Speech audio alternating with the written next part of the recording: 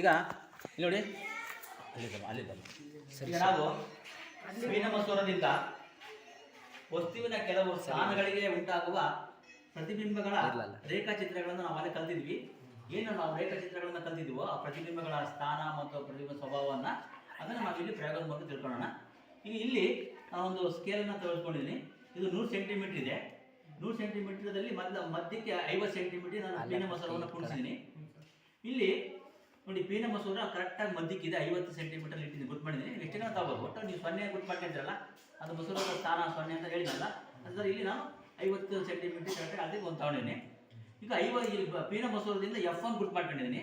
ನಾನು ಒಂದು 10 ಸೆಂಟಿಮೀಟರ್ ತಗೊಂಡಿದ್ದೀನಿ, ಯಾಕಂದರೆ ನಮ್ಮದು ಸ್ಕೇಲ್ ಉದ್ದ ಇರೋದ್ರಿಂದ ನಾನು 10 ಸೆಂಟಿಮೀಟರ್ ತಗೊಂಡಿದ್ದೀನಿ. ನೀವು ಒಂದು 3-4 ಸೆಂಟಿಮೀಟರ್ ನಿಮ್ಮ ತಗೋಬೋದು. F1 ಮಸೂರದಿಂದ ಎಡಭಾಗಕ್ಕೆ F1 ಗುರ್ತು ಮಾಡ್ಕೊಂಡಿದ್ದೀನಿ 10 ಸೆಂಟಿಮೀಟ್ರು. F1 ಇಂದ 2F1 10 ಸೆಂಟಿಮೀಟರ್, ಅದೇ 10 ಸೆಂಟಿಮೀಟರ್ನ ತಗೊಂಡಿದ್ದೀನಿ. ನೋಡಿ, ಈಗ ನೋಡಿ ಟೈಮ್ ಹೇಳ್ತೀನಿ. ಮಸೂರವನ್ನು ಕರೆಕ್ಟಾಗಿ ಸೆಂಟ್ರಿಗೆ ನಾನು ಮಾರ್ಕ್ ಮಾಡ್ಕೊಂಡಿದ್ದೀನಿ. ಪೀನ ಮಸೂರ ತೆಗೆದುಕೊಂಡಿದ್ದೀನಿ. ಪೀನ ಮಸೂರದಿಂದ F1 10 ಸೆಂಟಿಮೀಟರ್ ಗುರ್ತು ಮಾಡ್ಕೊಂಡಿದ್ದೀನಿ. ಇದೇ F1 ಇಂದ 2F1 ಕೂಡ 10 ಸೆಂಟಿಮೀಟರ್ ಗುರ್ತು ಮಾಡ್ಕೊಂಡಿದ್ದೀನಿ ಎಡಭಾಗಕ್ಕೆ. ಮಸೂರದಿಂದ ಎಡಭಾಗಕ್ಕೆ F1 2F1 ಆಯಿತಾ. ಈಗ ಮಸೂರದಿಂದ ಬಲಭಾಗಕ್ಕೆ ಅದೇ 10 ಸೆಂಟಿಮೀಟ್ರು F2 ಗುರ್ತು ಮಾಡ್ಕೊಂಡಿದ್ದೀನಿ. F2 ಇಂದ 2F2 10 ಸೆಂಟಿಮೀಟರ್ ಗುರ್ತು ಮಾಡ್ಕೊಂಡಿದ್ದೀನಿ. ಈಗ ನಿಮಗೆ ಈ ಥರ ಮಾರ್ಕ್ ಮಾಡ್ಕೋಬೇಕು. ಇಲ್ಲಿ ವಸ್ತು ಅಂದರೆ ಮೇಣದ ಬತ್ತಿ ವಸ್ತು ತಗೊಂಡಿದ್ದೀನಿ.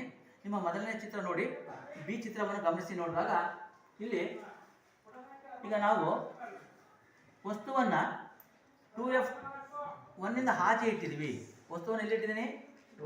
ಇಲ್ಲಿ ವಸ್ತು ಅಂದರೆ ಮೇಣದ ಬತ್ತಿ. ವಸ್ತು ಅಂದರೆ ಮೇಣದ ಬತ್ತಿ. ಮೇಣದ ಬತ್ತಿಯನ್ನು 2F ನಿಂದ ಆಚೆ ಇಟ್ಟಿದ್ದೀನಿ, ಅಥವಾ ದೂರದಲ್ಲಿ, 2F1ಗಿಂತ ದೂರದಲ್ಲಿ. ಈ ಕಡೆ 2F1ಗಿಂತ ದೂರದಲ್ಲಿ ವಸ್ತುವನ್ನು ಇಟ್ಟಾಗ ಈಗ ಪ್ರತಿಬಿಂಬ ಸ್ಥಾನ ನಾವು ನೋಡ್ತಾ ಇದ್ದೀವಿ. ಪ್ರತಿಬಿಂಬದ ಸ್ಥಾನ ಎಲ್ಲಿದೆ ಅಂತ ನೋಡಿ, ನಾನು ಚೆಕ್ ಮಾಡ್ಕೊಂತ ಬರ್ತೀನಿ. ಪ್ರತಿಬಿಂಬದ ಸ್ಥಾನ ನೀವೇ ಹೇಳಬೇಕು. ಪ್ರತಿಬಿಂಬದ ಸ್ಥಾನ ನೀವೇ ಹೇಳಬೇಕು ಕರೆಕ್ಟಾಗಿ ನೋಡ್ತದ ಅಂತ ನೋಡಿ. 2F1 ಇಟ್ಟೆ ಕಾಣ್ತಾ ಇಲ್ಲ, ಮಧ್ಯಕ್ಕೆ ತಂದೆ. ನೋಡಿ ಇಲ್ಲಿ ಕರೆಕ್ಟಾಗಿ ಪ್ರತಿಬಿಂಬದ ಸ್ಥಾನ ಕರೆಕ್ಟಾಗಿ ಕಾಣ್ತಿದೆ ನೋಡಿ. ನೋಡಿ, ಪ್ರತಿಬಿಂಬದ ಸ್ಥಾನ ಎಲ್ಲಿದೆ? F2. Very good. ನೋಡಿ, F2 ಮತ್ತು 2F ನಡುವೆ, F2 ಮತ್ತು 2F ನಡುವೆ ಕರೆಕ್ಟಾಗಿ 65 ಸೆಂಟಿಮೀಟರ್. ನೋಡಿ, 65 ಮಾರ್ಕ್ ಇದೆ, ಅಲ್ಲಿ ಕಾಣುತ್ತೆ ನೋಡಿ. ನೋಡಿ, ಈಗ ವಸ್ತುವನ್ನು ಎಲ್ಲಿಟ್ಟಾಗ 2F1ಗಿಂತ ದೂರದಲ್ಲಿ, ಅಥವಾ 2F ನಿಂದ ಆಚೆ ಇಟ್ಟಾಗ, ವಸ್ತುವನ್ನು 2F1ಗಿಂತ ದೂರದಲ್ಲಿ ಇಟ್ಟಾಗ ಪ್ರತಿಬಿಂಬದ ಸ್ಥಾನ F2 ಮತ್ತು 2F ನಡುವೆ. ನೋಡಿ ಕರೆಕ್ಟ್ ನೋಡಿ, F2 2F ನಡುವೆ ಕರೆಕ್ಟ್ ನೋಡಿ, ಇಲ್ಲಿ ಇರ್ತೀನಿ. ಕಾಣುತ್ತಾ? ಸ್ವಭಾವ ಹೇಳಿ. ಈಗ ಮೇಣದ ಬತ್ತಿನೇ ಕಾಣ್ತದೆ, ಆದ್ರೆ ಸತ್ಯವಾಗಿದೆ. ಅದು ಸತ್ಯ ಮತ್ತು ತಲೆಕೆಳಗಾದ ಸ್ವಭಾವ ನೋಡಿ. ಕರೆಕ್ಟಾ? ಒಂದೇ ಚಿತ್ರ ನಿಮಗೆ ಕರೆಕ್ಟಾಗಿ ಕಾಣ್ತದೆ.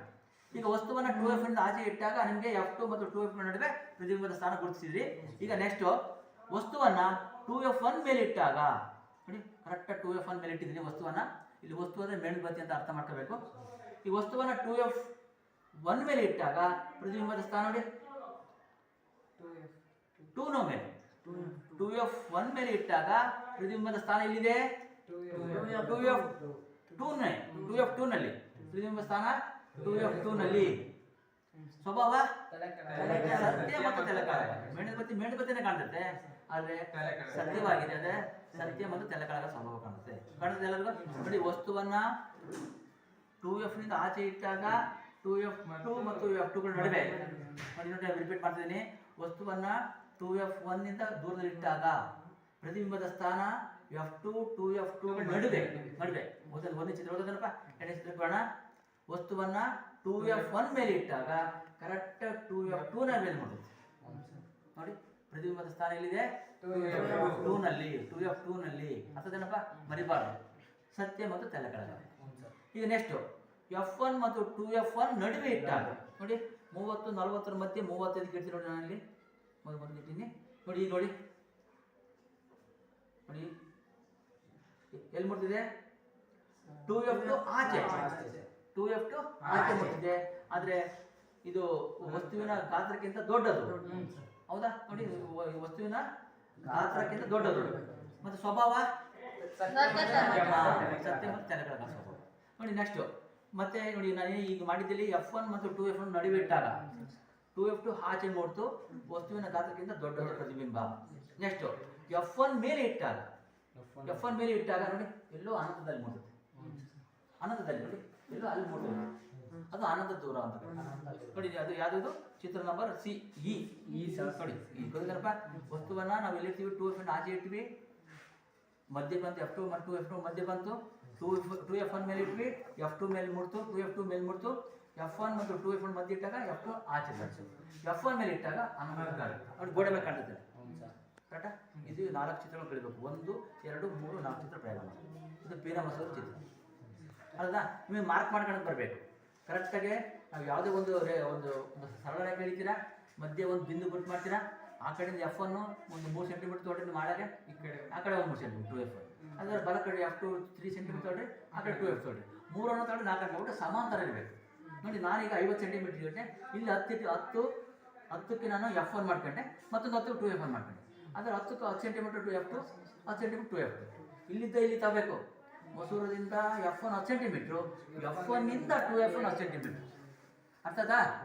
ಅರ್ಥದೇನಪ್ಪ? ಈ ಥರ ಮಾರ್ಕ್ ಮಾಡ್ಕೊಂಡು ನೀವು ಬರೀಬೇಕು. ಒಟ್ಟು ವಸ್ತುವನ್ನು ಎಲ್ಲಿ ಇಟ್ಟರೆ ಎಲ್ಲಿ ಪ್ರತಿಬಿಂಬ ಮೂಡ್ತು, ಪ್ರತಿಬಿಂಬದ ಸ್ಥಾನ, ಸ್ವಭಾವ, ಗಾತ್ರ ಎಷ್ಟು ನೀವು ತಿಳ್ಕೊಬೇಕು. Okay madam? ಅರ್ಥದ ಎಲ್ಲರಿಗೂ?